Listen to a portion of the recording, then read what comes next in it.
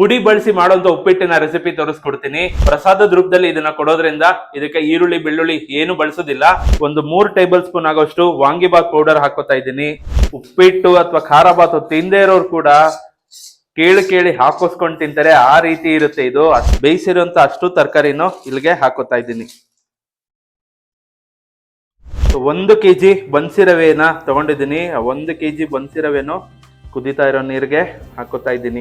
ಸ್ನೇಹಿತರೆ ನಮಸ್ಕಾರ, ಅಡುಗೆ ಮಾಸ್ಟರ್ ಚಾನಲ್ಗೆ ನಿಮ್ಮೆಲ್ಲರಿಗೂ ಸ್ವಾಗತ. ನಾನು ನಿಮ್ಮ ಪ್ರೀತಿಯ ಶ್ರೀಕಾಂತ್. ಇವತ್ತು ನಾನು ನಿಮ್ಗೆ ಒಂದು ಸೂಪರ್ ಆಗಿರೋ ಪುಡಿ ಬಳಸಿ ಮಾಡುವಂತ ಉಪ್ಪಿಟ್ಟಿನ ರೆಸಿಪಿ ತೋರಿಸ್ಕೊಡ್ತೀನಿ.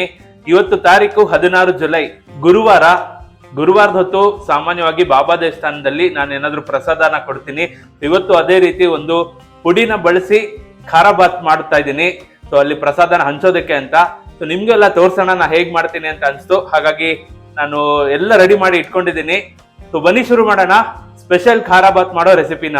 ಇದಕ್ಕೆ ಈರುಳ್ಳಿ ಬೆಳ್ಳುಳ್ಳಿ ಏನು ಬಳಸೋದಿಲ್ಲ. ಪ್ರಸಾದದ ರೂಪದಲ್ಲಿ ಇದನ್ನ ಕೊಡೋದ್ರಿಂದ ಇದಕ್ಕೆ ಈರುಳ್ಳಿ ಬೆಳ್ಳುಳ್ಳಿ ಏನು ಬಳಸೋದಿಲ್ಲ. ನಾನು 2 ಬಾಣಲೆ ತಗೊಂಡಿದ್ದೀನಿ, ಒಂದು ಉಪ್ಪಿಟ್ಟು ಮಾಡೋದಕ್ಕೆ, ಒಂದು ನೀರು ಕಾಯಿಸ್ಕೊಳ್ಳೋಕೆ ಅಂತ. ಸೊ ನಾನು 1 kg ಬನ್ಸಿ ರವೆನಲ್ಲಿ ಉಪ್ಪಿಟ್ಟು ಮಾಡಿ ತೋರಿಸ್ತಾ ಇದ್ದೀನಿ ನಿಮ್ಗೆ. ಸೊ ಅದಕ್ಕೆ ಎಷ್ಟು ಬೇಕೋ ಅಷ್ಟು ನೀರನ್ನ ನಾನು ಕುದಿಯೋದಕ್ಕೆ ಇಟ್ಟಿದ್ದೀನಿ. ಈಗ ಖಾರ ಬಾತ್ ರೆಸಿಪಿ ಶುರು ಮಾಡೋಣ. ಸೊ ಒಂದು ದೊಡ್ಡ ಬಾಣಲೆಗೆ ಎಣ್ಣೆ ಹಾಕೊಳ್ಳೋಣ. ಫಸ್ಟ್ ನಾನು 1 kg ಬನ್ಸಿ ರವೆ ತಗೊಂಡಿದ್ದೀನಿ, ಹಾಗಾಗಿ ಅದರಲ್ಲಿ 1/4 ಭಾಗದಷ್ಟು ಎಣ್ಣೆ ಹಾಕೋಬೇಕು. 1/4 ಭಾಗ ಅಂದ್ರೆ 250 ml ಆಗುತ್ತೆ. ಸೊ 250 ml ಅಂದ್ರೆ 1 ಕಪ್ ಎಣ್ಣೆ ಆಗುತ್ತೆ.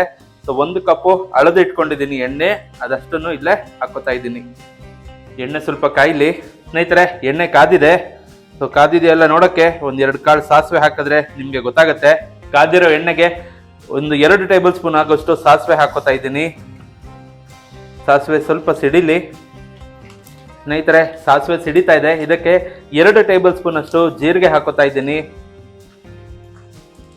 ಸ್ವಲ್ಪ ಕರಿಬೇವಿನ ಸೊಪ್ಪು ಹಾಕೋತಾ ಇದ್ದೀನಿ. ಒಂದ್ಸಲ ಮಿಕ್ಸ್ ಮಾಡ್ಬಿಡೋಣ.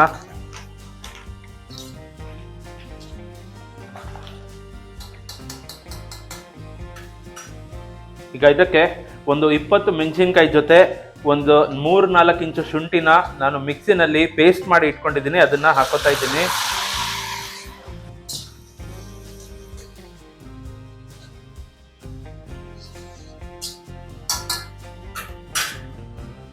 ನೆಕ್ಸ್ಟ್ ಒಂದು 300 ಗ್ರಾಮ್ ಟೊಮೊಟೊನ ಹಚ್ಚಿ ಇಟ್ಕೊಂಡಿದ್ದೀನಿ, ಅದನ್ನ ಹಾಕೋತಾ ಇದ್ದೀನಿ. ಟೊಮೊಟೊನ ಫ್ರೈ ಮಾಡ್ಕೊಂಬಿಡೋಣ ಚೆನ್ನಾಗಿ. ಜೊತೆಗೆ ಘಮಕ್ಕೆ ಸ್ವಲ್ಪ ಹಿಂಗ್ ಹಾಕೋತಾ ಇದ್ದೀನಿ. ಟೊಮೊಟೊ ಬೇಗ ಫ್ರೈ ಆಗ್ಲಿ ಅಂತ ಚೂರೇ ಚೂರು ಉಪ್ಪು ಹಾಕ್ತಾ ಇದ್ದೀನಿ. ಒಂದ್ಸಲ ಕೂಡಿಸ್ಬಿಡೋಣ. 1 ಸ್ಪೂನ್ ಅಷ್ಟು ಅರಿಶಿನ ಹಾಕೋತಾ ಇದ್ದೀನಿ.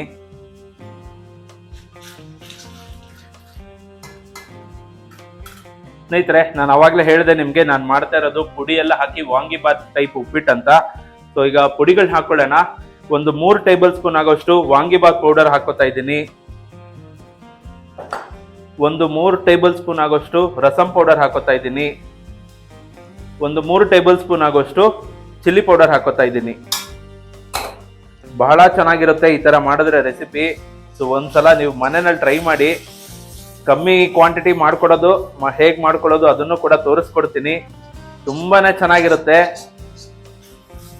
ಉಪ್ಪಿಟ್ಟು ಅಥವಾ ಖಾರ ಬಾತು ತಿಂದೇ ಇರೋರು ಕೂಡ ಕೇಳಿ ಹಾಕೋಸ್ಕೊಂಡು ತಿಂತಾರೆ, ಆ ರೀತಿ ಇರುತ್ತೆ ಇದು. ಅಷ್ಟು ಅದ್ಭುತವಾಗಿ ಬರುತ್ತೆ ರೆಸಿಪಿ. ಇಲ್ಲಿ ನಾನು ಬಳಸಿರೋ ಪೌಡರ್ ಎಲ್ಲ ಯಾವ್ದು ಅಂಗಡಿಯಿಂದ ತಂದಿರೋದಲ್ಲ, ಎಲ್ಲ ಮನೆಯಲ್ಲೇ ನಾನು ಮಾಡಿರೋದು. ಸ್ನೇಹಿತರೆ ಎಲ್ಲ ಆಗಿದೆ. ಈಗ ಇದಕ್ಕೆ ನಾವು ನೀರು ಕುದಿಯಕ್ಕೆ ಇಟ್ಟಿದ್ವಲ್ಲ ಅದನ್ನ ಹಾಕೊಳ್ಳೋಣ. ನಾನು 1 kg ಆಗೋಷ್ಟು ಬನ್ಸಿ ರವೆ ತಗೊಂಡಿದ್ದೀನಿ. 1 kgಗೆ ಎಷ್ಟು ಬೇಕೋ ನೀರು ನಾನು ಪಕ್ಕದಲ್ಲಿ ಇಟ್ಕೊಂಡಿದ್ದೆ ಕುದಿಲಿ ಅಂತ. ಅದಷ್ಟು ಇಲ್ಲೇ ಹಾಕೊಂಡಿದ್ದೀನಿ. ಜೊತೆಗೆ ತರಕಾರಿನ ನಾನು ಬೇಯಿಸಿ ಆಲ್ರೆಡಿ ಇಟ್ಕೊಂಡ್ಬಿಟ್ಟಿದ್ದೀನಿ. ಒಂದು 300 ಗ್ರಾಮ್ ಕ್ಯಾರೆಟ್ ತಗೊಂಡಿದ್ದೀನಿ, ಒಂದು 350 ಗ್ರಾಮ್ ಬೀನ್ಸು, ಒಂದು 2 ಕ್ಯಾಪ್ಸಿಕಮು, ಒಂದು 100 ಗ್ರಾಮ್ ಅವರೆಕಾಳು, ಇಷ್ಟನ್ನು ಬೇಯಿಸಿ ಸಪರೇಟ್ ಆಗಿ ಇಟ್ಕೊಂಡಿದ್ದೀನಿ. ಬೇಯಿಸಿದಂತ ತರಕಾರಿ ನೀರೇನಿತ್ತಲ್ಲ ಅದನ್ನ ಕೂಡ ನಾನು ಇಲ್ಲಿಗೆ ಹಾಕೋತಾ ಇದ್ದೀನಿ.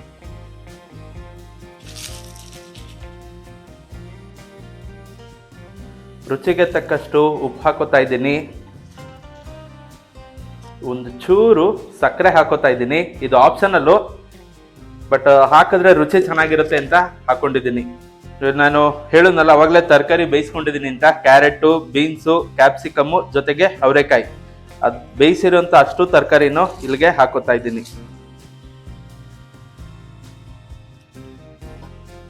ಒಂದು ಸಲ ಮಿಕ್ಸ್ ಮಾಡಿಬಿಟ್ಟು ಇದನ್ನ ಕುದಿಯೋದಕ್ಕೆ ಬಿಟ್ಬಿಡೋಣ. ಕುದಿ ಬರಬೇಕು ರವೆ ಹಾಕೋದಕ್ಕೆ.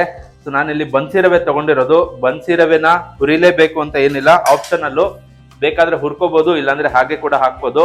ಸೊ ನಾನಿಲ್ಲಿ ಹುರಿದೇನು ಹಾಕ್ತಾ ಇಲ್ಲ, ಹಾಗೆ ಹಾಕ್ತಾ ಇದ್ದೀನಿ ರವೆನ.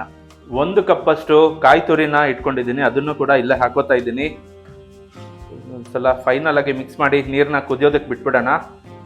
ನೀರು ಕುದ್ದ ತಕ್ಷಣ ರವೆ ಹಾಕ್ಬಿಟ್ರೆ ಖಾರ ಬಾತ್ ರೆಡಿ ಆಗಿಬಿಡುತ್ತೆ. ಸ್ನೇಹಿತರೆ, ಇದಕ್ಕೇನೆ ಸ್ವಲ್ಪ ಕೊತ್ತಂಬರಿ ಸೊಪ್ಪು ಕೂಡ ಹಾಕ್ತಾ ಇದ್ದೀನಿ.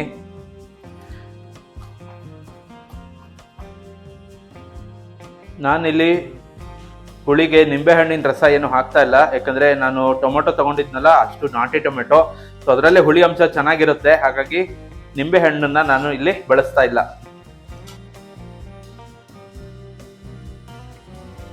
ಸ್ನೇಹಿತರೆ ನೋಡ್ಬೋದು ನೀರು ಕುದೀತಾ ಇದೆ. ಈಗ ಇದಕ್ಕೆ ರವೆ ಹಾಕೊಂಡ್ಬಿಡೋಣ. ಸೊ 1 kg ಬನ್ಸಿ ರವೆನ ತಗೊಂಡಿದ್ದೀನಿ. 1 kg ಬನ್ಸಿ ರವೆನು ಕುದೀತಾ ಇರೋ ನೀರಿಗೆ ಹಾಕೋತಾ ಇದ್ದೀನಿ.